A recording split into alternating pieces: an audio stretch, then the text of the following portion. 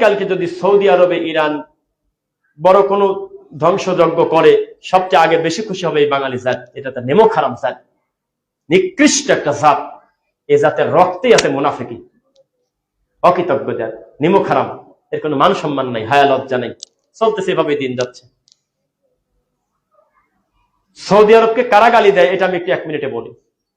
আমি আমার এক আত্মীয়কে, উনি আমার এই কথা শুনতে পারে, জানি না হয়তো শুনলে কি মনে করবে, শুনলে বলবে না, বুঝতে দেবে না, লজ্জা পাবে। আমি আমার এক আত্মীয়র সাথে মেসেঞ্জারে কথা হচ্ছে, ভাতিজা তুমি আমাকে চিনেছো? আমি জি আঙ্কেল, আলহামদুলিল্লাহ, কেমন আছেন? কথা বলতেছি, সদীপ বলে আমাকে ডাকে, এটাই নাম। আমিও আলহামদুলিল্লাহ জি। কাকা কেমন আছেন? ভালো। কথাবার্তা বলতে বলতে বললাম যে আপনি কেমন আছেন? তো খুব একটা ভালো নেই, থাকে সৌদি আরবে। কেন? আল্লাহর কসম, মা তুলে অন্তত 2 মিনিট গালিগালাজ করতেছে সৌদির প্রধানমন্ত্রীকে, অকথ্য গালিগালাজ, খুব নিকৃষ্ট ভাষায় গালি, যে ও একটা মানুষ না, ওদের কি করতেছে তার শেষ নাই ভাস্তি, জীবনটা শেষ। কি করছে? কাজে মহিলাদের গাড়ি চালাবে দেশে, শুনছ? এই লজ্জা রাখবো কোন জায়গা? আল্লাহর কসম, আমার ওই চাচা যখন বিদেশ, তখন চাচার বউটা নিয়ে তারই বড় ভাই ছেলে কুকাম করে ধরা পড়তেছে মিনিটে মিনিটে। ও সহ্য করতে পারতেছে না যে সৌদি আরবে মহিলারা গাড়ি চালায় কি কাম, ওটা মানতে পারতেছে না। অথচ ইমানের মানদণ্ড এটা একটা অমানুষ, তাওহীদ বোঝে না, আকীদা বোঝে না, দিন বোঝে না, পরিবারে কোনো দিন নাই, বউটাকে একের উলঙ্গপনা রেখে দিয়ে চলে গেছে 20 বছর 25 বছর, খবর নাই, কিন্তু সে ইমানের দাবি মানতে পারতেছে না। আরে বাবা জোশ, গালিগালাজ করতেছে আর বলতেছে যে কখন যে ধ্বংস আসবে উপর থেকে, বেটা আমরা শুধু এই অপেক্ষায় আছি, মহিলারা গাড়ি চালায়। আপনাদেরকে বলতেছি, মহিলা গাড়ি চালালে আপনার সমস্যা কি? হ্যাঁ, এই যে উনি গাড়ি চালাবে আর ওই ওই ওই ওই বেগানা, ওই যার সাথে দেখা দেওয়া বৈধ না, সেই মহিলা পিছনে ছেড়ে বসে থাকবে তার স্বামীর সাথে, এটা ভালো না? তারটা সে চালায় যাবে ভালো? কি করবেন? আর কোন একটা অপরাধ সেখানে সংগঠিত হওয়া মানে কোন একটা পাপ কি নেকি হয়ে যাওয়া? ভাই, সৌদি আরবের কোন লোক যেটা এটা কবিরা গুনাহ করে, সেই জন্য কি ইসলাম পরিবর্তন হবে না ব্যক্তির গুনাহ? এইটা আমাদের গালি দেয় কি কারণ? এই দুঃখই আমি বুঝি না। আমি বলতেছি যার আকীদাতে আছে সাহাবী গালি দেওয়া, যার আকীদাতে আছে আবু বকরকে ধরতে পারলে তার লাশ পোড়ায় দেব, এইরকম অমানুষকে লানত দিতে তো আর একজনের দালাল হওয়া লাগে না? লাগে? 12 মাসের ভিতরে সবচেয়ে সম্মানী মাস হলো রমাদান মাস। এ ব্যাপারে মিনিমাম যার জ্ঞান আছে সবাই জানি আমরা। আর এই মাসটার মর্যাদা কেন বৃদ্ধি করা হয়েছে এইটা আমরা জানি না। আমরা জানি যে রমজান মাস অন্য মাসের থেকে মর্যাদা বেশি, রমজান মাসের ফজিলত বেশি, এটা জানি। কিন্তু রমজান যেই কারণে মর্যাদা বৃদ্ধি করা হয়েছে সেই কারণ মানুষ গুরুত্ব দেয় না, এটা 1 মিনিটে প্রমাণ করা যায়। রমজান মাসকে মর্যাদা দেওয়াই হয়েছে আল্লাযী উনজিলা ফীহিল কুরআন, কারণ এই মাসে আল্লাহ কোরআন নাজিল করছে। এটাই হলো রমজানের বরকত, রহমত বাড়ার কারণ। দুর্ভাগ্যজনক বশত বাঙালি সিয়াম রাখতে পটু, খুব রাখতে পারে, এমনকি মা নিষেধ করলেও বাচ্চা বলে আমি রাখবো, বাপ মারলেও বলে যে না আমি সাহারের সময় উঠে খায় বলে আমি রাখবো। কিন্তু কোরআন মাজিদের ব্যাপারে যখন কথা আসে, এই বাঙালি 99% কোরআন 2-1 জন পড়তে জানলেও বুঝতে জানে না। শতকরা 2 জন মানুষও কোরআন মাজিদের হক আদায় করে পড়তেও জানে না, বুঝতেও জানে না। তাহলে তার জীবন 16 আনাই মিছে। আল কোরআন ওয়াস সিয়াম ইয়াশফাআন, রাসূল বলেছেন কোরআন এবং সিয়াম দুইটা অবিচ্ছেদ্য অংশ, একে অন্যের সঙ্গে টু বি কানেক্ট, লাগিয়ে আছে একটার সাথে একটা, একটা ছাড়া আর একটা চলে না। যেই ব্যক্তি সিয়াম পালন করেছে কিন্তু কোরআনের সাথে তার কোনো সম্পর্ক নাই, এই ব্যক্তি বুঝতে পারে নাই যে সিয়াম কি আর কোরআন কি। কোরআন মাজিদ এই কারণে আল্লাহ সুবহানাহু ওয়া তাআলা কোরআনের কারণে এই মাসটাকে বরকতময় করেছেন। আল্লাহ আমাদের কোরআন বোঝার তৌফিক দিন, আল্লাহুম্মা আমিন। এখন আমাদের আজকের আলোচ্য বিষয় এমন একটা বিষয় যে বিষয়টা সিচুয়েশন ডিমান্ড করে। বর্তমান ওয়ার্ল্ড ওয়াইড সারা পৃথিবীর মুসলিম স্রোতে গা ভাসিয়ে দিয়েছে। তাদের সবচেয়ে বড় শত্রু হলো মক্কা মদিনা, তাদের সবচেয়ে বড় শত্রু হলো কোরআন এবং হাদিস বোঝা মানুষ।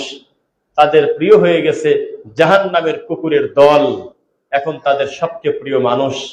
এক বাক্যে যদি বলি, এই ডান পাশে যদি আমি সৌদি আরব লিখি বাংলায় মাতৃভাষায়, আর বাম পাশে যদি লিখি ইরান, আর যদি বলি যে দেখি বন্ধুরা আপনারা কে কাকে বেশি ভোট দেন, তাহলে প্রায় শতকরা 70 ভাগ ভোট পেয়ে এগিয়ে থাকবে এই জাহান্নামের কুকুরের দল, এই রাফেজি শিয়ার দল, এই কুফুরের দল। আর এই বেচারা ভোট শতকরা 10টাও পাবে না এই দেশ থেকে। আমরা হলো সেই জাতি, ভেতরটা ছিঁড়ে দেয়, রক্তক্ষরণ হয়। মুসলমানের বাচ্চা কি করে সাহাবী বিদ্বেষী যারা যারা কুফরি কাজে লিপ্ত, প্রকাশ্যে রাত দিন আবু বকর সিদ্দিককে গালিগালাজ করে, আম্মা জান আয়েশাকে গালিগালাজ করে, তাদের পক্ষ নেয়, এটা মানুষ কি করে হয়?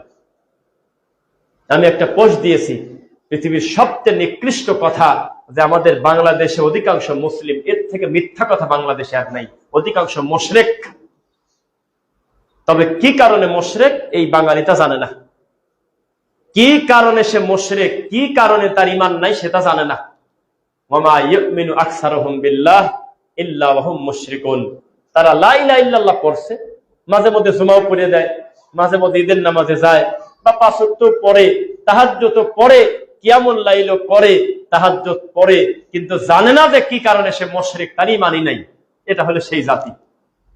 ঘৃণা ধরে গেছে, লজ্জায় মনে হচ্ছে আল্লাহ এমন একটা সম্প্রদায় আমরা বসবাস করি যেই দেশে মুসলমান নামধারী মানুষের বসবাস, প্রকাশ্যে আল্লাহ নবীর বিরোধিতাকারীদেরকে সাপোর্ট করে তাদের পক্ষে অন্য ভালো মানুষদের গালিগালাজ করার নামই হলো বাংলাদেশ। যেই দেশে আবেগ বাদ দিলে আর ধর্মের কোনো জাত থাকে না। মুহাম্মদ সাল্লাল্লাহু আলাইহি ওয়াসাল্লামের পরে আপনার ঈমান দাবি রাখে এই দুনিয়াতে সবচেয়ে বেশি সম্মানযোগ্য এবং মুহাব্বত পর হকদার নবীর সাহাবীরা। কি সন্দেহ আছে আপনাদের? এই সাহাবীদেরকে যারা গালিগালাজ করে, এদের পক্ষ নিয়ে সবচেয়ে বেশি চালু হলে আমাদের এই বাঙালি জাতি। মুখ ভর্তি দাড়ি, মাথায় টুপি, কিছু কিছু বড় হুজুর, আরে বাপরে বাপ, নাম বললে তো আমার আজকে কালকে আবার সমস্যায় পড়ে না দিয়ে, আজকে জুমার পরেই বিশাল বড় হুজুর, পুরা ধর্মের দায়িত্ব নিতে চাচ্ছে যারা, এই সমস্ত বড় হুজুররা পোস্ট দেয় এই জাহান্নামের কুকুর মরে যাওয়ার পরে, ওহে আমাদের রাহবার, শাহাদাত বরণ তুমি করেছো, তোমার জন্য আমরা দোয়া করি, আত্মার মাগফিরাত কামনা করি। এইটা আমাদের দেশের ধর্ম। যে ব্যক্তির অফিসিয়াল আকীদা যে আবু বকরকে যদি ধরতে পারি এখনো তার লাশ তুলে পোড়ায় দেবো, এটা তার অফিসিয়াল আকীদা।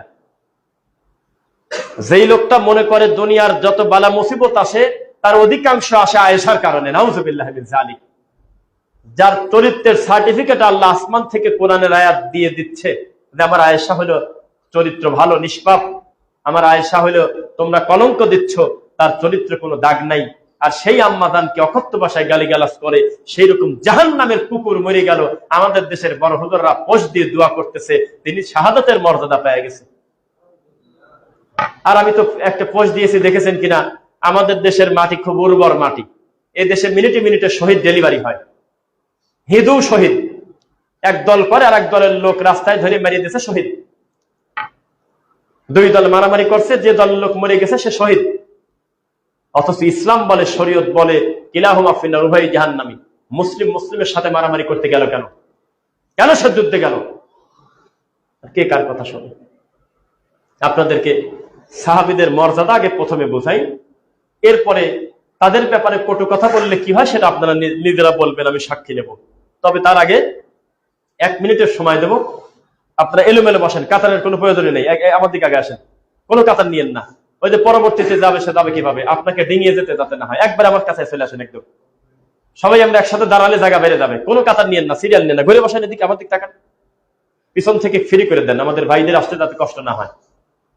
সবাই আমার দিকে তাকায়েন। হাদিসটা সহিহ বুখারী 3673, সহিহ মুসলিম 2541। রাসূল বলেছেন লা তাসুব্বু আসহাবি, খবরদার আমি নবীর সাহাবীদেরকে তোমরা গালিগালাজ করো না। এই কথা কে বলেছে? গালি দিলে ঈমান থাকে? গালি দেওয়া কি ঈমানের দাবি না ঈমান ভঙ্গের একটা কারণ?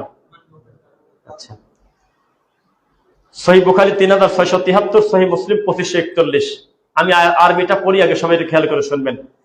ফালাউ আন্না আহাদাকুম আনফাকা মিসলা আহাদি যাহাবাম মা বালাগা মুদ্দা আহাদিহিম, তোমাদের কেউ যদি উহুদ পাহাড় সমপরিমাণ স্বর্ণ আল্লাহর জন্য দান করো, তবুও তোমরা আমার সাহাবীর এক মোট দান করার থেকে বেশি নাকি পাবে না। আপনি কার সাথে কে তুলনা করতেছেন?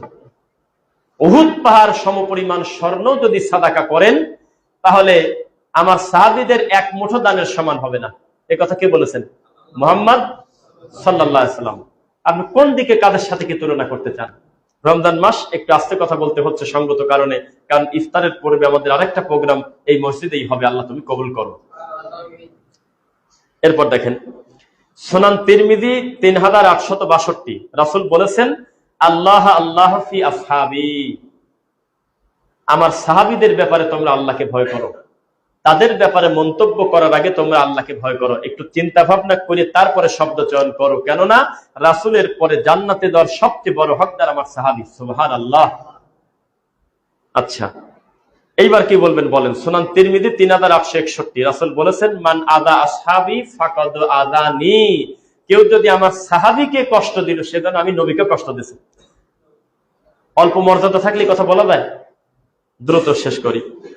রাসূল বলেছেন সহিহ বুখারী 3651, সহিহ মুসলিম 2533, খয়রুন নাসি করনি, মানুষের ভিতরে আমার উম্মতের ভিতরে সবচেয়ে উত্তম হলো আমার যুগ।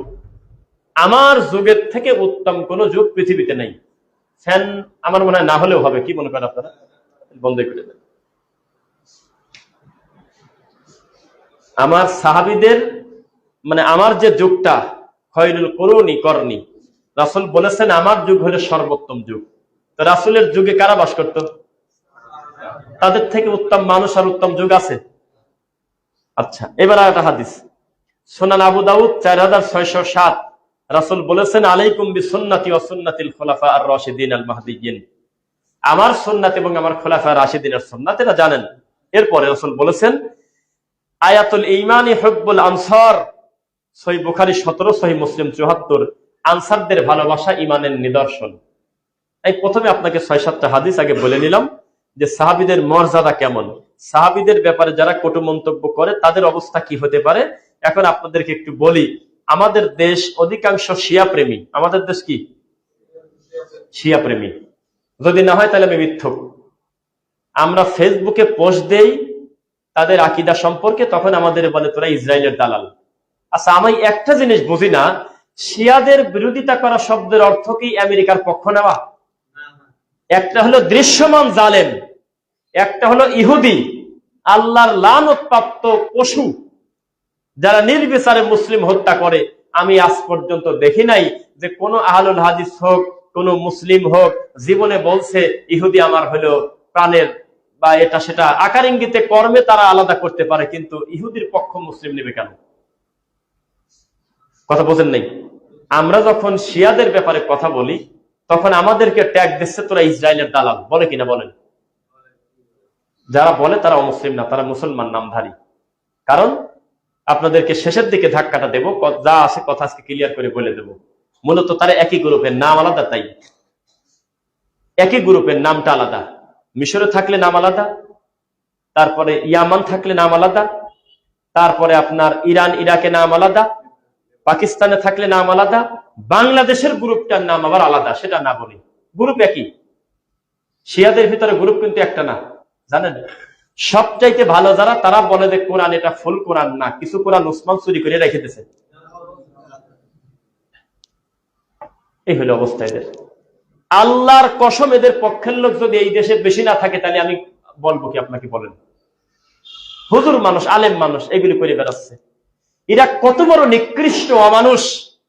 আজকের এই 2026 সালে এখনো এই সমস্ত অমানুষদের পক্ষে পোস্ট দেয় ফেসবুকে যে তারা যেন শাহাদাতের মর্যাদা পায়।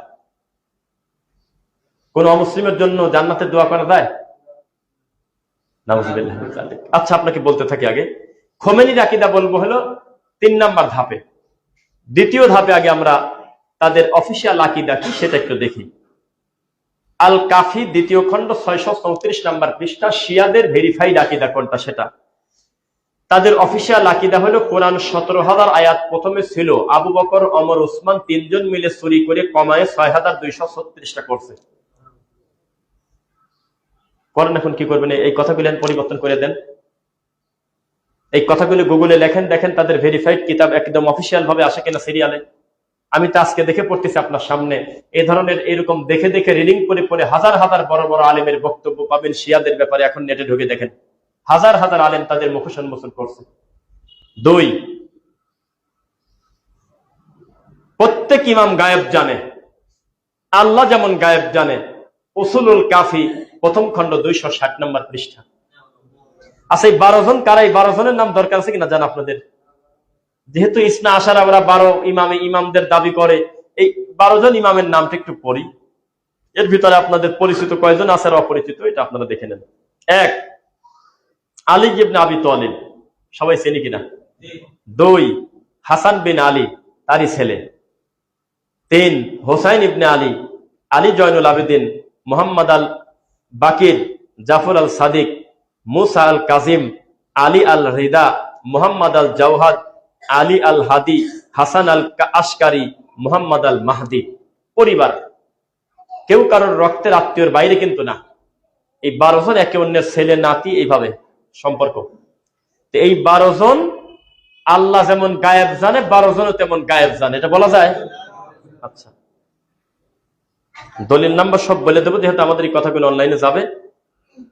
1 নম্বর খণ্ড 260 নম্বর পৃষ্ঠা। 4, 3, ইমামরা ভুল মুক্ত, তাদের কোনো ভুল আছে কথা বললে ইমান থাকবে না। উসুল আল কাফি 1 নম্বর খণ্ড 270 নম্বর পৃষ্ঠা। অথচ মানবিক ভুলভ্রান্তি মানুষের চিরদিন থাকবেই। তারা মানুষ ছিল, তারা কেউ নবী ফেরেশতা না। ফেরেশতা? আচ্ছা, তাকিয়া ছাড়া ইমানই নাই, নাউজুবিল্লাহ। আল কাফি 2য় খণ্ড 217। 5 নম্বর, ইমামদের কাছে সমস্ত কিতাবের জ্ঞান অটো থাকে জন্মগত ভাবে, নাউজুবিল্লাহ। উসুলুল কাফি 1 নম্বর খণ্ড 223 নম্বর পৃষ্ঠা। 6, ইমামরা ফেরেশতাদের সাথে যে কোনো সময় কথা বলতে পারে। উসুলুল কাফি 1 নম্বর খণ্ড 273 নম্বর পৃষ্ঠা। কি তাদের আকীদা, কি অবস্থা, একটু শেষের দিকে আগাতে থাকে, আপনি খালি শুনতে থাকেন। 7, ইমামদের কাছে অতীত এবং ভবিষ্যতের জ্ঞান বর্তমানের মতোই থাকে, এটা বলা যায়? তারপরে ইমামদের আনুগত্য করা ফরজ, নাউজুবিল্লাহ। পৃথিবী ইমাম ছাড়া টিকে থাকবে না। ইমামদের মর্যাদা নবীদের কাছাকাছি বলা যাবে না, বলতে হবে ইমামদের থেকে, নবীদের থেকেও বেশি। বিহারুল আনোয়ার 26 নম্বর খণ্ড 267 নম্বর পৃষ্ঠা। এরপরে সাহাবীদের সমালোচনার ব্যাপারে বিহারুল আনোয়ার, তারা বলতেছে 3 জন মতান্তরে 12 জন কি 11 জন, আর এক বর্ণনায় আছে 9 জন। এই 9 জন সাহাবী বাদে বাদ বাকি সমস্ত সাহাবী ফেরাউনের মতো কাফের, এটা তাদের অফিসিয়াল আকীদা। এইবার তবে কিছু কিছু সাহাবী জীবদ্দশায় মুরতাদ হয়ে গেছিল, নাউজুবিল্লাহ। ইমামদের অলৌকিক ক্ষমতা, ইমামদের কাছে আসমানি কিতাব জ্ঞান নাজিল হয়, ইমামদের দোয়া কবুলের গ্যারান্টি আছে, মোতাবিয়ে বৈধ। মোতাবিয়ে মানে বোঝেন নাকি আপনারা? 2-1 জন বোঝেন? মোতাবিয়ে মানে সাময়িক বিবাহ, কিছুদিনের জন্য। একটা মেয়েকে ভালো লাগলো, মেয়েকে বললাম যে তুমি আমার সাথে 2 ঘন্টা থাকো, কি 4 দিন থাকো, কি আমি 1 মাস, আমার স্ত্রী আমার কাছে নাই, তুমি 1 মাস থাকো, 1 মাস পরে তোমাকে একটা পারিশ্রমিক দিয়ে দিলাম, 1 মাসের জন্য তোমাকে আমি কন্ট্রাক্ট ম্যারেজ করে নিলাম, নাউজুবিল্লাহ। এই নোংরা কাজ তারা শুধু করে না, এই ব্যাপারে তাদের কোনো মতানক্য নাই। আমি এখানে সিরিয়াল দিতে পারতাম, কিন্তু সময় বেশি, আরো 50টা পর্ব আমি আর কি। এই ব্যাপারে তাদের মতানক্য নাই যে মুতা বিবাহ করা যাবে না, বরং তারা এটা বিশ্বাস করে আমাদের ভিতরে অন্য মতানক্য যাই থাক, একটা মেয়েকে 15 দিনের জন্য 3 দিনের জন্য বিয়ে করা টাকার বিনিময়, এটা কোনো দোষের কিছু না। এটা আছে কোন জায়গা? তাহজিব আল আহকাম 7 নম্বর খণ্ড 251 নম্বর পৃষ্ঠা। এরপরে একা একা দোয়া করলে দোয়া কবুল হবে না, তাই ইমামদের দোহাই দিয়ে মোনাজাত করতে হবে। বিহারুল আনোয়ার 94-23। ইমামদের কবর জিয়ারত করা কাবা ঘর তাওয়াফ করার থেকে উত্তম। কারবালার মাটির বিশেষ ফজিলত। এইবার একটু থামবো। আপনি একটা নামাজ পাবেন ফেসবুক ইউটিউবে, যদি লেখেন শিয়াদের নামাজ, দেখবেন যে কারবালার একটা ছোট মাটির দলা তাদের সামনে রেখে সেজদা দেয়। তারা জানে সারা মক্কা মদিনা সহ কাবা ঘরের যে মর্যাদা, তার থেকে কোটি গুণে মর্যাদা হোসাইন শহীদ হয়েছে যেই মাটিতে, সেই মাটির মর্যাদা বেশি। এর কি মানুষের কথা এটা? আচ্ছা, ইমামদের জ্ঞান হলো নবীদের উত্তরাধিকার। নবীদেরকে যেমন মানতে বাধ্য, আমাদের 12 জনকেও তেমন মানতে বাধ্য। 13 নম্বর থেকে সব অমুসলিম, এটা তাদের দাবি। ইমামদের অমান্য করলে কুফরি, মানে জ্ঞান থাকবে না, 12-র বাইরে গেলে। তারপরে কারবালার সফর বিশেষ ইবাদত, ইমামদের প্রতি অতিরিক্ত ভালোবাসা বাধ্যতামূলক, ইমামদের কাছে সব কিতাবের গোপন জ্ঞান, ইমামদের আদেশ আল্লাহরই আদেশ, ইমামদের প্রতি শত্রুতা কুফর, ইমামদের মাধ্যমে সুপারিশ গ্রহণ করা হবে বিচারের মাঠে, ইমামদের নামের বিশেষ রহস্য, কাশফুল আসরার, এটা 3 নম্বর ধাপে আসবো, আগে সিরিয়াল করে শেষ করি। ইমামদের জন্ম অলৌকিক ভাবে, তারা কাপড় পরে দুনিয়াতে আসছে, তারা অনেক এলেম নিয়ে দুনিয়াতে আসছে, এটা তাদের ভেরিফাইড দাবি। ইমামদের রুহু বিশেষ মর্যাদা সম্পন্ন, ইমামদের মৃত্যু ঈর্ষাধীন, ইমামরা কখন মারা যাবে এটা আল্লাহর অনুমতি নেবে না, মালাকুল মউতের সাথে সম্পর্ক নেই। এই 12 জন ইমামের মৃত্যু হবে তাদের ইচ্ছায়। বুঝতেছেন নাকি? নাউজুবিল্লাহ তো বললেন। আমাদের দেশেও কিছু অমানুষ কবর পূজারী সুন্নি আছে, তারা একটা গল্প বলে যে আমাদের পীর সাহেব বলছিল আমি অমুক বৃহস্পতিবারের দিন গত শুক্রবারের রাতে মাগরিবের পর মরে যাব, আমরা পরে দেখলাম ঠিক তাই হয়েছে। এরকম গল্প আছে কিনা বলেন? যে কি মানুষ না দাজ্জাল? বলেন, এই মৃত্যুকে আমার ইচ্ছা ভাই? মৃত্যু আমি চাবো কিভাবে? এটা কোন হিসাব? বরং আপনি মৃত্যু কামনাও করতে পারবেন না যে আল্লাহ আমাকে জুমার নামাজ পর আপনি নিয়ে যান, এটা বলতে পারবেন না। আপনি বলবেন যে আল্লাহ আমাকে ইমানদার হিসাবে কবুল করো, আল্লাহ আমাকে কখন তুমি নেবে তা আমি জানি না, সময়ের আগে যেতে পারবো না, তবে আমি জানি ইমান সহকারে যাই, এইটা দাবি করা যায়। কিন্তু রাত দিন যদি বলেন আমার মৃত্যু হয় না কেন, আমি মরি না কেন, এটা বলা যাবে? আচ্ছা, এরপরে ছেলে সন্তান থেকে দুনিয়ার যে কোনো সম্পদ আল্লাহ এবং তার রাসূলের কাছে চাওয়ার চাইতে ইমামদের কাছে প্রথমে চাওয়াটা বেশি উত্তম। ইমামদের কবরের মাটি শেফা, তাই কবরের যে কোনো অংশের মাটি নিয়ে কপালে লাগালে অথবা শেফার জন্য ব্যবহার করলে তা শেফা হয়ে যাবে। কবরের মাটি। কারবালার মাটিতে সেজদায় দলিল ওরাই দিয়ে দিয়েছে, বিহারুল আনোয়ার 82-153। কারবালার মাটিতে সেজদা উত্তম হলো কাবা ঘরে সেজদার থেকে বেশি। ওইটা খোলা কেন? ওইটা আটকা দেন। আচ্ছা, এভাবে অনেকেই আছে। এইবার আমরা কাছাকাছি আমরা একটু খোমেনির আকীদা দেখি। কাশফুল আসরার। এই যে খোমেনি মারা গেল কয়দিন আগে না, রুহুল খোমেনি, তারপরে কি বলে আয়াতুল্লাহ খোমেনি। খোমেনি কিন্তু একটা পদবী, জানেন কিনা? খোমেনি কিন্তু ব্যক্তির নাম না, আপনারা হয়তো অনেকে জানেন না। ফেরাউন কিন্তু কোনো ব্যক্তির নাম না, পরিবর্তন হয়, কাফেরদের পরিবর্তন হয়, স্বৈরাচারের পরিবর্তন হয়। যে যখন চেয়ারে বসে সে ফেরাউন, সে খোমেনি। আগে ছিল রুহুল খোমেনি, এখন ছিল আয়াতুল্লাহ খোমেনি, সুপ্রিম লিডার, সর্বোচ্চ ধর্মীয় নেতা। আবার আগামীকালকে আর একজন আসতে পারে। খোমেনি হলে তাদের পদবী, এটা ব্যক্তির নাম না, কি জানেন কিনা? আচ্ছা, এখন হ্যাঁ, এইবার দেখেন এদের আকীদা কি, আল হুকুম আল ইসলামিয়া। এখন চলে আসলাম একবার কাছাকাছি, যাতে মনে করেন ওটা কবে আগের কথা। এখনকার আকীদা কি দেখেন। এখনকার আকীদা হলো আল ইসলামিয়া, পৃষ্ঠা নাম্বার 52। ইমামদের মর্যাদা নবী রাসূলদের থেকে কত উচ্চ হতে পারে কল্পনা করা যায় না। 2, ইমামদের জন্য এমন মর্যাদা আছে যা পৃথিবীর নিকটবর্তী কোন ফেরেশতা বা নবীও পায় নাই। আল হুকুমু আল ইসলামিয়া, পৃষ্ঠা নাম্বার 52 এবং 53। এরপরে ইমামরা সৃষ্টি জগতের উপর আধ্যাত্মিক কর্তৃত্ব রাখেন, পৃথিবীর যে কোনো কিছু পরিবর্তন আনতে পারেন। আল হুকুম আল ইসলামিয়া, পৃষ্ঠা নাম্বার 52। ইমামরা সৃষ্টি জগতের উপরে আধ্যাত্মিক কর্তৃত্ব রাখেন, আল হুকুম আল ইসলাম, পৃষ্ঠা 52। ইমামদের মাধ্যমে জগৎ পরিচালিত হয়, আল্লাহ তাদের অনুমতি নিয়েই কাজ করেন, পৃষ্ঠা নাম্বার 52। শিয়া আলেম ইমামের প্রতিনিধির মতো শাসন করবে, যেইভাবে শাসন করেছে আলী রাদিয়াল্লাহু আনহু। ইমামের অনুপস্থিতিতে ফকির শাসন বৈধ। তার মানে একটা বিষয় আছে, দেখেন ওরা ওদের খোমেনিকে কিভাবে মানে, এই কথা আবার আকার ইঙ্গিতে বলছে যে আমাদের কাছে আমাদের খোমেনি তেমন, আমাদের কাছে আমাদের 12 ইমাম যেমন, আমাদের কাছে আমাদের আল্লাহ যেমন। তারা বলতেছে সময়ের পরিবর্তনের কারণে যারা যারা খোমেনি হবে বা যারা যারা দায়িত্বপ্রাপ্ত হবে তাদেরকে মানা হুবহু 12 ইমামকে মানা একই কথা।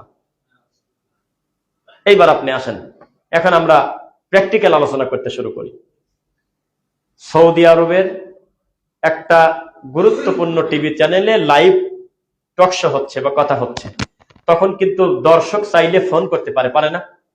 ডাক্তাররা বিভিন্ন লাইভ আসে না টেলিভিশনে, দাঁতের ডাক্তার, চোখের ডাক্তার, হাড়ের ডাক্তার, তারা একটা ফোন কল পাবলিক করে দেয়, তখন পাবলিক ফোন দিয়ে বলে যে আমার এই সমস্যা, তখন তারা এই জাতির সামনে বলে দেয়, দেয় কিনা? তো একজন ফোন করে বলতেছে যে আমি 2 চোখ দিয়ে আমি তাকায় দেখছি ইরানে একটা লোক ঢুকলো, তিনি মেহমান, অন্য প্রদেশ থেকে তিনি এসেছে, তিনি একজন মেহমান, তার সন্তানের নাম ছিল উমার। কি নাম ছিল? উমার। এই অপরাধে সেই লোকটাকে প্রকাশ্যে আগুন দিয়ে তারা জ্বালিয়ে দিল।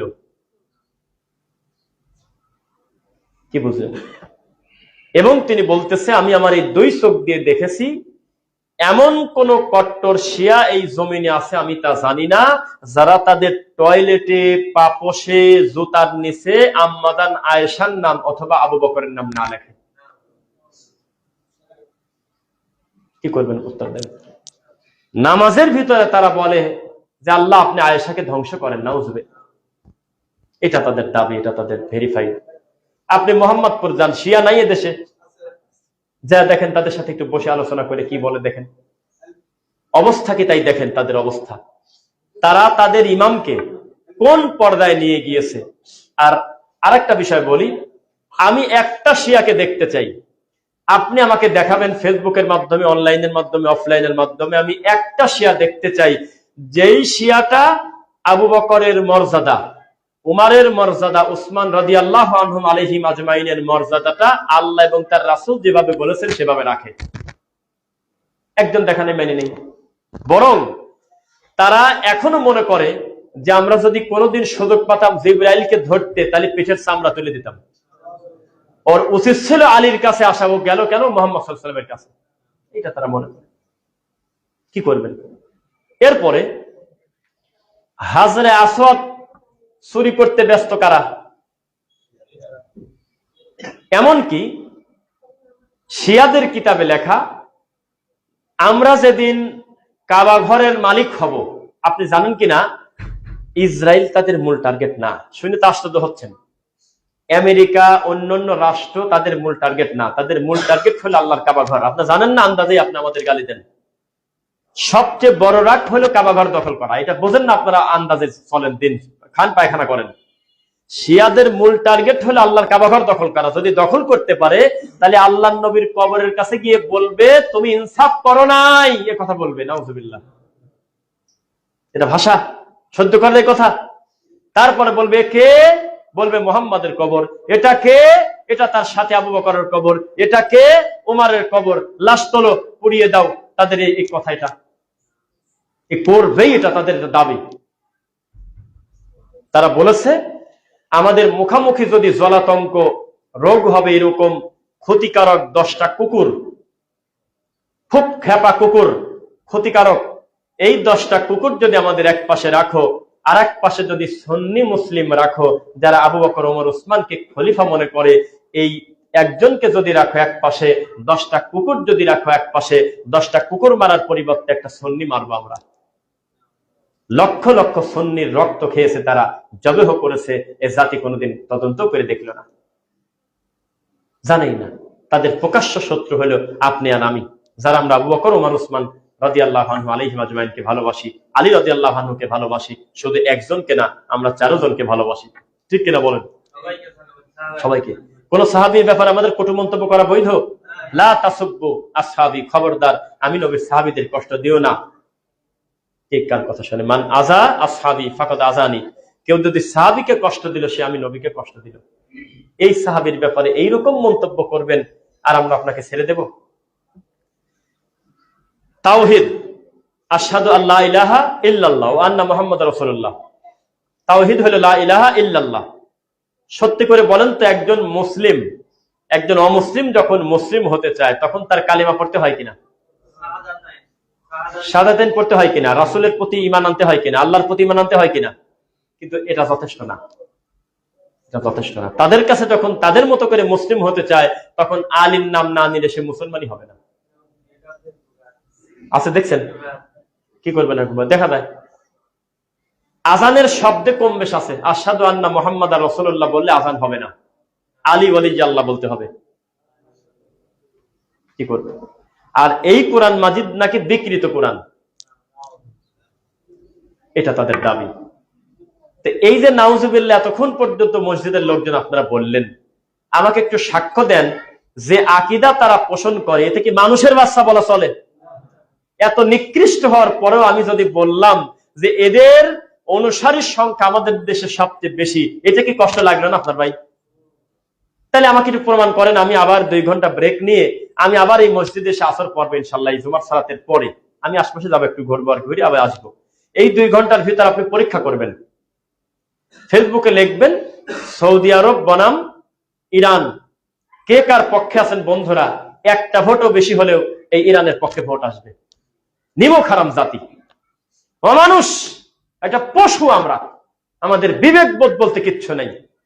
যাদের মাধ্যমে আমাদের দেশের অর্থনীতির চাকা ঘোরে, যাদের মায়ের পেট থেকে কান্না বাদ দিলে ভাষাই আরবি, যেখানে দুনিয়ার সবচেয়ে দামি নিয়ামত আছে, পৃথিবীর সবচেয়ে দামি সম্পদ মুহাম্মদ সাল্লাল্লাহু আলাইহি ওয়াসাল্লাম শুয়ে আছে, চট করে একটা কটু কথা, ধাম করে একটা গালিগালাজ করে ফেলে। আরে ব্যক্তির পাপ আর গোটা আরবের পাপ এক, আপনি কিসের সাথে কি বলে দিচ্ছেন এগুলি? এখনো পর্যন্ত স্বাধীনভাবে আল্লাহর তাওহীদ প্রচার যাদের মাধ্যমে হচ্ছে, তাদেরকে এই জাতি সবচেয়ে খারাপ মনে করে।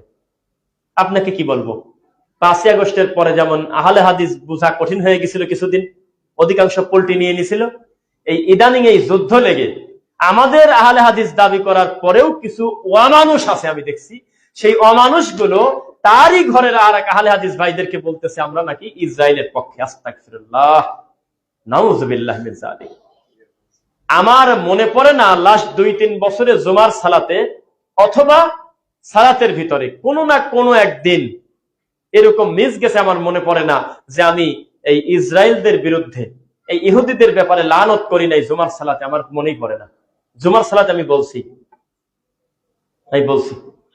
ফিলিস্তিনের পক্ষে দোয়া করছি, ইসরায়েলকে আল্লাহ ধ্বংস করে দিক, এই সমস্ত জালেমদের আল্লাহ ধ্বংস করে দিক। আমি প্রত্যেক জুমার খুতবা আমি বলবো, এটা আমি একটা অফিসিয়াল কথা আমার। আর আমরা নাকি তাদের দালাল, কি বলতেছে এগুলো কথা? ছবি টবি বিকৃত করে, চুরি লাগায়ে, কানের দুল দিয়ে, মহিলাদের মতো বড় চুল লাগায়ে, ওই আপনার সৌদির প্রধানমন্ত্রীর লাগায় ঘুরতেছে। তো ইরান যখন বোম মারল সৌদি আরবের, এই বাঙালি প্রবাসী মরে গেল, তো হিসাবে তখনও তো আলহামদুলিল্লাহ বলা উচিত আমাদের দেশের লোকের। এ তো পশু প্রাণী, এদেরকে মান সম্মান নাই। কিছু কিছু লোক কমেন্ট করতেছে কি, ওই প্রধানমন্ত্রীর মাথার পর ফেলতে পারিস না বোম, ইরানের বলতেছে। এটা তাদের দাবি, আগামী ইমানের দাবি। এরা ওই ইমাম ইবনে তাইমিয়া রাহিমাহুল্লাহ সহ সালাফরা বড় বড় বিদ্বানদেরকে বলা হয়তো যে আচ্ছা, কোন ইসলামের দুশমন মারা গেলে আমরা কি করব? তিনি বলতেন যে খুশি হতে হবে, আল্লাহদ্রোহী একজন মানুষ দুনিয়া থেকে বিদায় হলে, একটা ক্ষতিকারক জিনিস চলে গেল, তার মাধ্যমে অনিষ্ট থেকে একটু কম হবে, মানুষ বাঁচবে। তাহলে যারা সাহাবীদের গালি দেয়, রাত দিন যারা নিকৃষ্ট ভাষায় সমালোচনা করে, তারা মারা গেলে ইমানের দাবি খুশি হওয়া না ভাই? আমাদের হুজুরা জান্নাতুল ফেরদাউস আছে, আমি মোবাইলে দেখাতে পারবো, আমার লজ্জা ঘিন না লাগে। শাহাদাতের মর্যাদা পাওয়া গেছে বলে শহীদ হয়ে গেছে, জানার গায়েবানা জানাজা পড়তেছে। সব কথা তো বলা যায় না, আমরা মানবিক মানুষ, শরীরে রক্ত আছে, ধৈর্য ধারণ করে রাখলাম, বিচারের মাঠে দেখা হবে। ভিতরে যা হচ্ছে এটা বলা যায় না। গায়েবানা জানাজা পড়তেছে, জাহান্নামের কুকুরের জানাজা পড়তেছে। আমি বারবার জাহান্নামের কুকুর বললাম, বলেন তো কি কারণে বলছি, দেখি 2-1 বোঝেন নাকি, এটা দলিল আছে কিনা বলেন তো। যাক, ঠিক পাইছেন। তাদেরকে বাংলাতে বলতেছি কুকুর, এটা তো আমরা বাংলাই বলতেছি, জাহান্নাম তার বাংলা না আরবি। তারা হলো জাহান্নামের কুকুর, কিলাহুমা ফিন্নার, কিলাবুন নার, জাহান্নামের কুকুর তারা। অথচ তাদের দরদে এই দেশে এত পরিমাণ শিয়া আছে, আমি জীবনে কল্পনা করতে পারি নাই। যেমন 10ই মুহররম আশুরার দিন না আসলে বোঝা যায় না আমাদের এই দেশে কি পরিমাণ শিয়া আছে, ঠিক তেমনি এই যুদ্ধ না লাগলে বুঝতাম না আমাদের দেশে কি পরিমাণ শিয়া প্রেমী আছে। আপনার মনে হচ্ছে যে আমার বাংলাদেশের শিয়া কোন জায়গা, কেউ তো কাউকে ডাকি বলে না ভাই এদিকে আসেন আমি শিয়া। মসজিদও হাতে গোনা 2-1, মোহাম্মদপুর না গেলে তো খুঁজেই পাওয়া যায় না। আপনি 10ই মুহররম পর্যন্ত বসে থাকেন, আপনার উত্তরাতে একটা মিছিল যাবে। একটু কষ্ট করে ধৈর্য ধরে দাঁড়ায় থাকেন, চট্টগ্রাম শহরে আপনি গাড়ি নিয়ে ঢুকতে পারবেন না। সুন্নি আর শিয়া মিশে গেছে। আমাদের দেশের অধিকাংশ সুন্নি কিন্তু শিয়া। কি গালি যে দিবে, এই বক্তব্যগুলো অনলাইনে গেলে দিক। আমাদের দেশে যারা নিজেদেরকে সুন্নি দাবি করে তারা যে অলিখিত শিয়া, এটা আপনারা জানেন না। তারা কিন্তু অলিখিত শিয়া, এটা আমরা জানি, জেনেই বলতেছি কথা। শিয়া, আমরা শিয়াদের বিপক্ষে কথা বলি জন্য মুফতি আলাউদ্দিন জিহাদি, যিনি সমস্ত সুন্নিদের কলিজার টুকরা বাংলাদেশের, সে সহ্য করতে পারতেছে না, আমাদেরকে গালি দিচ্ছে ফেসবুকে এসে। মূলত তারা শিয়া ভাই। এমনকি আট্রসির বর্তমান যে সবচেয়ে বড় পীর, সে তার ইয়েতে বলতেছে যে শিয়াদের কারণে আমরা নবী প্রেমটা, আহলে বায়াতের প্রেমটা অন্তত বুঝতে পারি। এটা বলতেছে অলিখিত শিয়া তারা। আমি এর আগে বলছিলাম যে আমাদের দেশে অধিকাংশ মুসলিম ঠিক না অধিকাংশ মুশরিক, এই কথা ঠিক বলেন তো? কিন্তু আনফরচুনেটলি আমরা জানি না যে কি কি কারণে ইমানটা ভেঙে চলে যায়। ইমান ভঙ্গের বড় কারণ আছে কয়টা? 10টা। এই 10টা কারণের একটা কারণ হলো বেঈমানকে ইমানদার মনে করা, ইমানদারকে বেঈমান মনে করা, হালালকে হারাম মনে করা, হারামকে হালাল মনে করা। তো সেই আকীদার মানদণ্ডে, তাওহীদের মানদণ্ডে এই দেশের মানুষ যে কি পরিমাণ মুশরিক তারা নিজেরাও জানে না, এইভাবেই তাদের দিন চলে যাচ্ছে। আমার ভিতরে যে সত্য কথাগুলো তাদের ব্যাপারে আমাদের দেশের মানুষ সম্পর্কে যা আছে তার 3% আজকে প্রকাশ করতে পারলাম না। শিয়াদের আকীদা কত খারাপ আপনি কল্পনা করতে পারবেন না। আল্লাহ কসম করে বলতেছি, শিয়ারা সাহাবীদেরকে গালি দেওয়াটাকে কোনো পাপই মনে করে না, এটা তাদের ঈমানের দাবি। লা ইলাহা ইল্লা আনতা সুবহানাকা ইন্নী কুনতু মিনাজ জালিমিন পরে, ইন্না লিল্লাহি ওয়া ইন্না ইলাইহি রাজিউন পরে আগে আয়েশাকে গালিগালাজ করো, তার অপকর্মের কারণে আমাদের শাস্তি এসেছে, এই কথা তারা বলে। নাউজুবিল্লাহ। এসব কথা মুখে আনা যায়? এটাই তাদের দাবি, এটাই তাদের ঈমান। তাদের কর্ম আলাদা, তাদের সবকিছু আলাদা। আমাদের দেশের সুন্নি হুজুররা যখন কোরআনের তাফসীর করে, ভাই আপনাদের কি ওটা কি কোরআনের তাফসীরের মতো লাগে না রামায়ণের তাফসীরের মতো লাগে? রামায়ণের তাফসীরের মতো লাগে। কারণ আলা ইন্না আউলিয়া আল্লাহ, কোরআন মাজিদে যত জায়গা আউলিয়া শব্দ বলা, প্রত্যেক সুন্নির ওয়াজ শুনলে বোঝা যায় এই আউলিয়া শব্দের অর্থ উনি এবং ওনার যে পীর সাহেব, সেই দুইজন, এটা বোঝা যায়। কোরআন মাজিদে যত জায়গা আমানু বলা, প্রত্যেকটা সুন্নির দাবি আমানু হলো তার পীর কেবলা, এটা তারা মনে করে। তো শিয়ারা যেভাবে কোরআনটা বোঝে, এভাবে যদি ইসলাম মানুষ বুঝতে চায়, আমি তো বলেছিলাম এই দেশটা কোন ইহুদি খ্রিস্টানের হাতে যদি দেই, বিরাট বড় জাগতিক ক্ষতি করে ফেলবে, মুসলিমের বিরাট বড় ক্ষতি করবে। তবে শিয়াদের হাতে যদি দেই, আল্লাহর কসম করে বলতেছি, ইসলামের যদি তাদের থেকে বড় ক্ষতি না করে, তাহলে আমি মিথ্যুক। আপনি আজকে জুমার পরে আস্তে করে আমার অজান্তে ChatGPT অথবা গুগলে, দরকার হয় আপনি একটু ভেরিফাইড আরো একটু ভালো করে করেন, অসুবিধা নেই, শুধু লিখবেন যে শিয়া কর্তৃক সুন্নিদের 200 বছরে কত মানুষ হত্যা হয়েছে, আর কিছু বলবেন না, এইটুকু লিখে দেন। 15 লক্ষ, তাই না? কচু কাটা করছে, কচু কাটা। তারা এমন পরিমাণ বিদ্বেষ। আর ইসরায়েল মারছে 1,40,000। তা কি করবেন? এটা আমাদের দেশ। আর আমি কাদের কথা বলছি তাদের নাম আমি নিতে পারবো না, এই ক্ষমতা আল্লাহ আমার দেন নেই। এখানে আমি ইন্নি সাকিম, আমি অসুস্থ, এই ব্যাপারে আমি কথা বলতে পারতেছি না। আমাদের দেশে যারা সবচাইতে বড় আপনার ধর্মের দায়িত্ব নিতে চায়, ধর্ম প্রতিষ্ঠিত করতে চায়, তারা যদি শিয়া প্রেমী না হয়, তাহলে আমি মিথ্যুক। তাদের অন্তরে সবসময় শিয়া লালন। কাবা ঘরের ইমাম মরে গেলে কোনোদিন ঠিক পাবে না। আমার বক্তব্য শোনার পর কি করবে তা জানি না। কাবা ঘরের ইমাম যদি মরে যায়, ইন্না লিল্লাহ পড়বে, আমার বিশ্বাস হয় না। এদের কাছাকাছি সময়ে 100 বছর 50 বছরের ভিতরে বড় বড় বিদ্বান মারা গেছে। শেখ বিন বাজ রাহিমাহুল্লাহ মারা যাননি ভাই? নাসিরউদ্দিন আলবানী মারা যাননি? কোনদিন দোয়া করেছে? এটা তাদের কর্মকাণ্ডে বোঝা যায় না। কিন্তু জাহান্নামের কুকুর মারার সাথে সাথে তারা লেখে, ওহে আমাদের রাহবার, তোমাকে হারিয়ে আমরা শূন্য হয়ে গেলাম, বাংলাদেশ থেকে তোমাকে জানাই স্বাগতম, আল্লাহু আকবার। গায়েবানা জানাজা তারা গেছে। কি করবেন বলেন? এদের ব্যাপারে কথা বললে তখন লোকজন আমাদেরকে গালিগালাজ করে, দালাল বলে, খ্রিস্টান বলে, আমেরিকার দালাল বলে, ইহুদির দালাল বলে।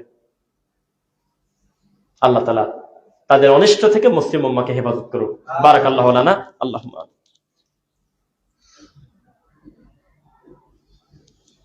আলহামদুলিল্লাহ, ফাইন্না খায়রাল হাদিসি কিতাবুল্লাহ ওয়া খায়রুল হুদা হুদা মুহাম্মদ সাল্লাল্লাহু আলাইহি ওয়াসাল্লাম ওয়া শাররাল উমুরি মুহদাসাতুহা কুল্লা মুহদাসাতিন বিদআ ওয়া কুল্লা বিদআতিন দালালা ওয়া কুল্লা দালালাতিন ফিন্নার।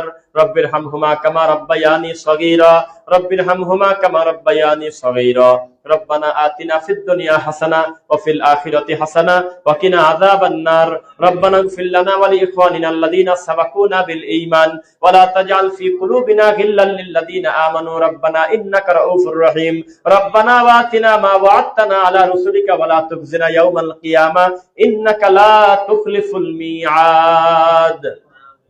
আল্লাহ, বাংলাদেশ থেকে এই ধরঙ্গাটেক রহমানিয়া সালাফি জামে মসজিদ থেকে তোমাকে জানাই আল্লাহ, আমরা কুকুরকেও কুকুরের মাংস খাওয়াকেও আমরা হারাম মনে করি, শুকরের মাংস খাওয়াকেও আমরা হারাম মনে করি। করেন না? না করেন কি? যদিও কেউ কেউ লুকোচুরি করে গোপনে দেখি ফেসবুকে, সত্য মিথ্যা আল্লাহ ভালো জানে, বিভিন্ন হোটেলে কুত্তার মাংস, খাসির মাংস বলে চালায়, এরকম দেখছি না কিছু কিছু ভিডিওতে। আছে, অমানুষ আছে। তো কুকুর আর শুয়োরের মারামারি লাগলে যেমন হয়, তেমন আপনি বসে থাকেন চুপ করে, আল্লাহর সিদ্ধান্ত মেনে নেন আর বলেন যে আল্লাহ, যুগে যুগে ইতিহাস পড়ে, কোরআন পড়ে, হাদিস পড়ে দেখেছি তুমি এক বাতিলকে দিয়ে আরেক বাতিলকে ধ্বংস করেছো। আল্লাহ, এটা একটা সিস্টেম। করেন নাই আল্লাহ? দুশ্মন দিয়ে দুশ্মন, এটা আমরা দেখব, কিন্তু আপনি ঢলে পড়বেন, এটা সম্ভব না। চিরদিন ইসলামের দুশ্মনরা যে ক্ষতি করেছে তার থেকে বেশি এই শিয়া খারেজি রাফেদিরা, এরা যে কি পরিমাণ উপরে আপনি কল্পনা করতে পারবেন না। যদিও তাদের যতগুলো নাম আছে সব নাম নেওয়া যায় না, এই নামগুলো নেওয়াও রিস্ক। বাংলাদেশের নামগুলো খুব সম্মানের। আমরা এমন একটা নিমখারাম জাতি, আমরা বড় বড় পাপীকে আমরা আল্লাহর ওলি মনে করি। আপনি এখন লেখেন বাংলাদেশের সবচেয়ে বড় যোগ্য আলেম কারা, এই কথা বলে ফেসবুকে পোস্ট দেন। আমাদের আহলে হাদিস ভাইরা যারা আছে ওনাদের কমেন্টের কথা কিন্তু বলি নাই, আমরা তো জানি আলাদা কথা।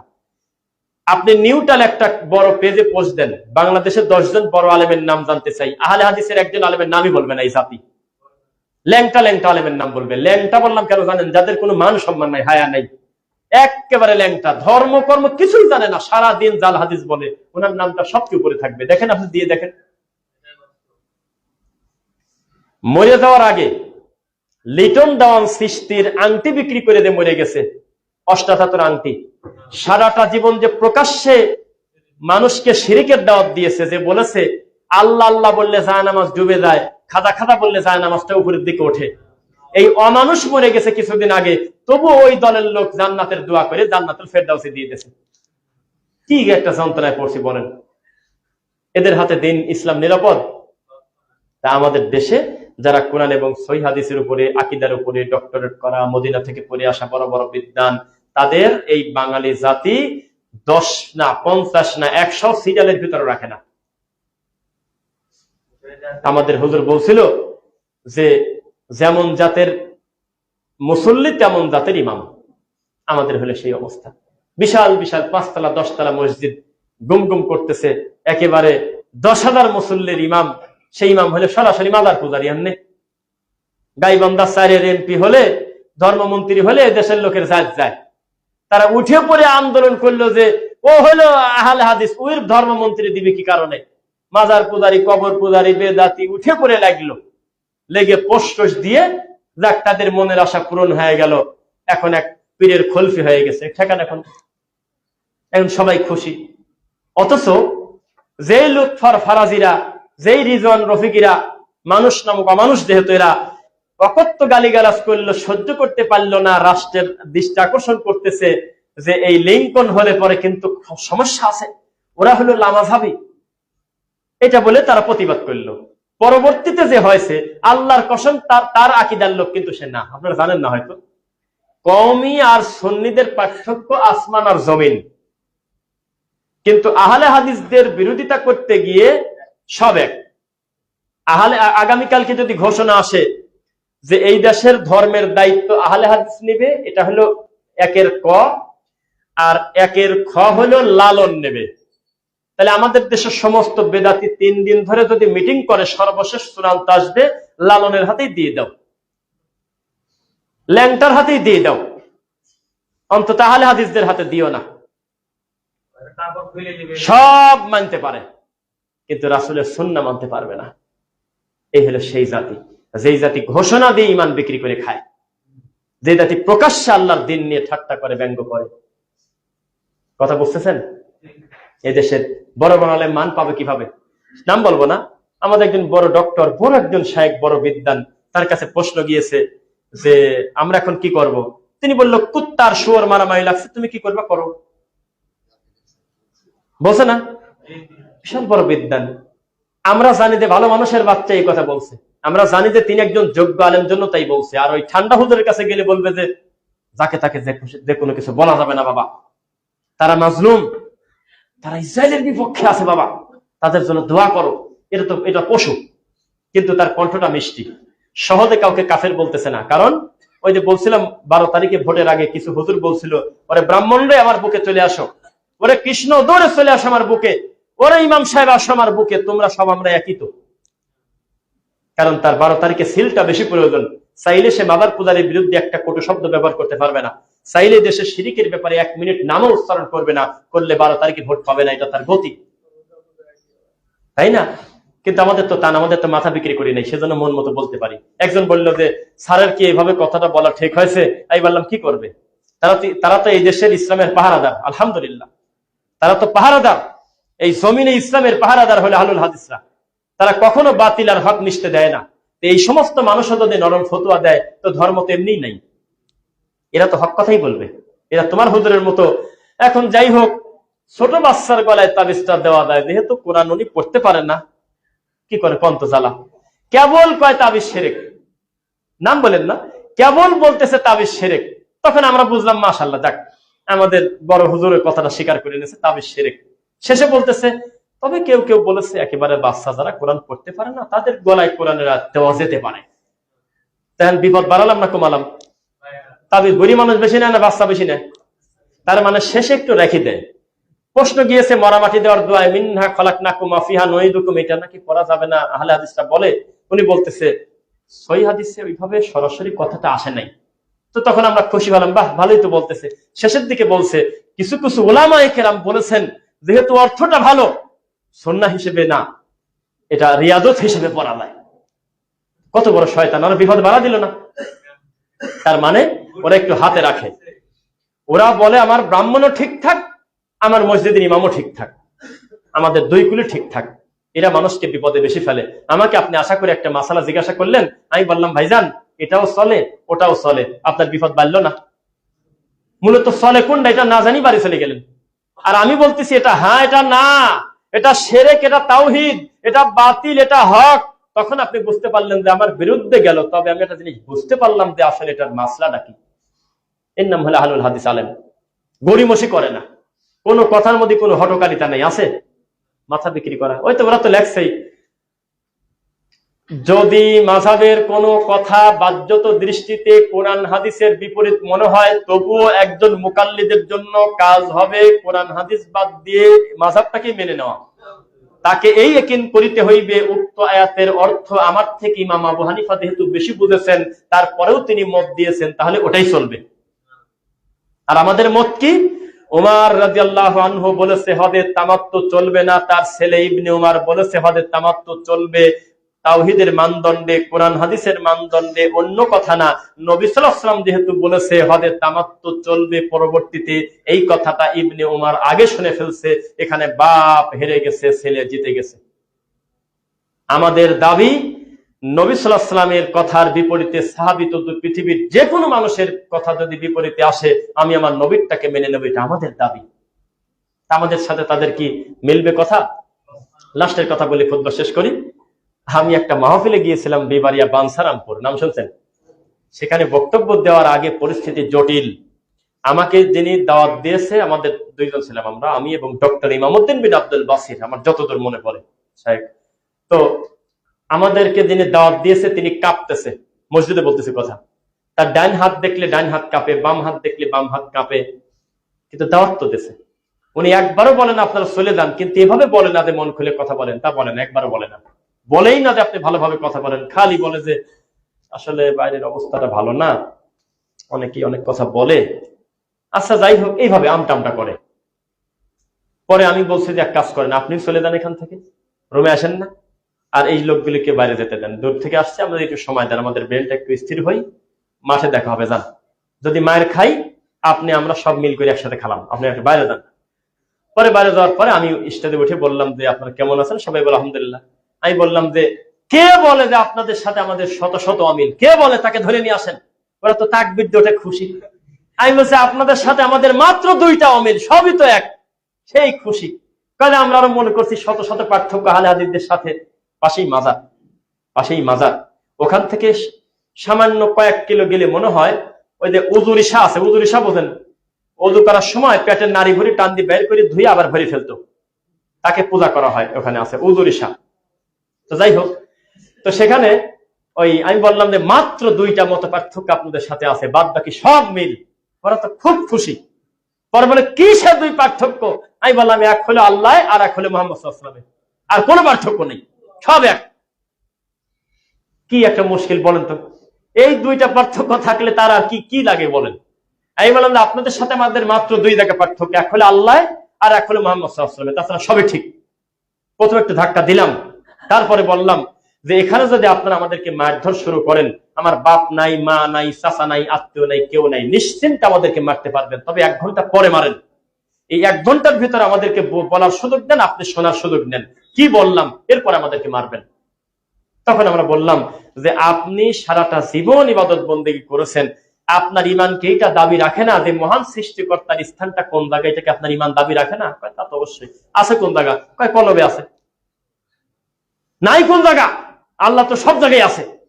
তখন আমরা বললাম যে না, আল্লাহর আমানত যে আমরা তার সম্মানটা, তার মর্যাদাটা রহমান আরশের উপরে আছে, এটা আমরা তাকে রাখবো। এটা কি ভালো যে তিনি আছে সবচেয়ে উপরে, তবে তার দৃষ্টির বাইরে আমরা কেউ না, এইভাবে সব জায়গায় বিরাজমান, তার দৃষ্টি, তার দেখা, তার শোনা, তার সবকিছু বিরাজমান, কিন্তু সশরীরে আল্লাহ সব জায়গা কলবে আছে, এটা ভালো মানুষের আকীদা নয়। রহমান সবচাইতে উপরে, আমরা মর্যাদার উপরে রাখবো। সেখান থেকে আমরা মানুষ হিসেবে সবকিছু তার সামনে হাজির, তিনি আমাদের বুকে বুকে হাজির না। তখন বললো আচ্ছা ঠিক আছে, মানিয়ে নিলাম। এইভাবে আমরা তাদেরকে বোঝানোর চেষ্টা করলাম। তবে দুর্ভাগ্যজনক বশত এদেরকে পথভ্রষ্ট করতেছে কোনো ব্রাহ্মণ না, টুপিওয়ালা হুজুর, মসজিদের ইমাম, খতিব, এরাই এই সমস্ত সরল মনা মানুষদের আক্কেল দাঁত ভেঙে দিয়ে তাদেরকে শিরিক করাচ্ছে, বেদাত করাচ্ছে। আল্লাহ তুমি তাদের থেকে মুসলিম উম্মাহকে হেফাজত করো, বেদাত এবং শিরিক থেকে আমাদের বাঁচাও। আল্লাহ তুমি ইসরায়েলের এই অমানুষদেরকে তুমি ধ্বংস করে দাও গো আল্লাহ।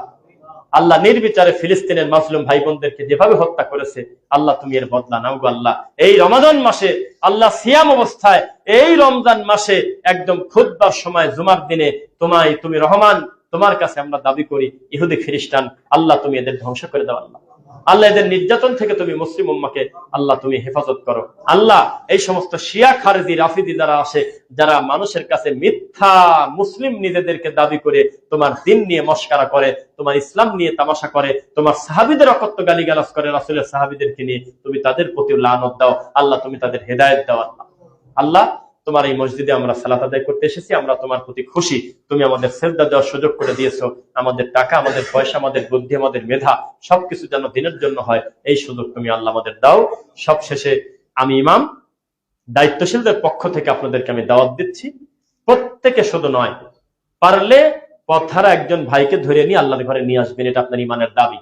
আপনার কর্মস্থানের বন্ধুকে সাথে করে নিয়ে আসবেন, এটা আপনার ইমানের দাবি, যে ওনাদেরকে নিয়ে এসে এই ধরঙ্গার টেক সালাফি জামে মসজিদে 2টা কথা শোনাই। তাহলে কি করা লাগবে? আপনি আসরের সালাত জামাতে পড়বেন, এটা আপনার কাছে দাবি করলাম ইনশাআল্লাহ।